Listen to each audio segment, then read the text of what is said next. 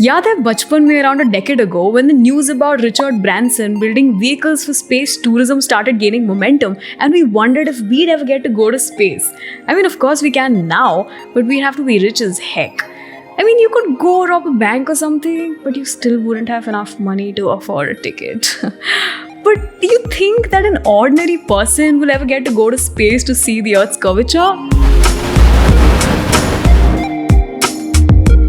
Let me first tell you how space tourism works and get you all excited about it. So we have three types of space tourism: suborbital, orbital and lunar.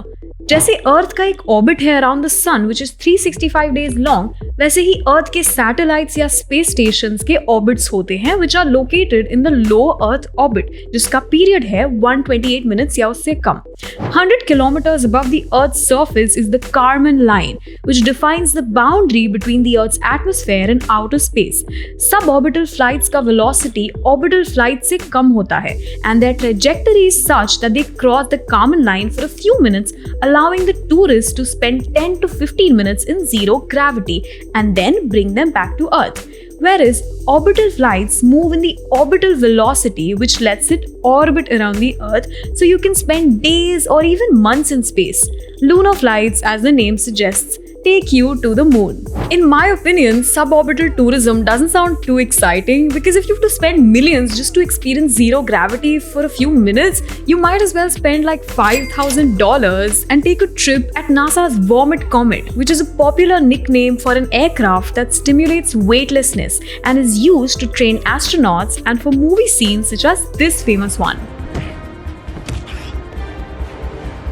This isn't common knowledge, but between 2001 to 2009, multiple tourists took orbital flights to the International Space Station aboard the Russian Soyuz spacecraft. तो अगर आपको पहले as a space tourist जाना होता तो Russian से setting करनी पड़ती और 25 मिलियन का बिल कट जाता. बट रशिया ने ये 2010 में बंद कर दिया बिकॉज ISS का क्रू साइज काफी रैपिडली बढ़ रहा था and the seats that were previously sold to the space tourists were now reserved for the crew members. But with the push, the finances and the spaceships that industrialists and entrepreneurs such as Musk and Bezos offered, NASA announced after a whole decade that starting 2020, it would allow private astronauts to go to the ISS. Now there's an entire debate around whether to call these travelers tourists or private astronauts, given that going to space isn't really very touristy and one has to undergo rigorous training to qualify for it. Anyway, private astronaut बनने के सपने देखने से पहले we should all know that it's kind of like an entertainment business for the super rich.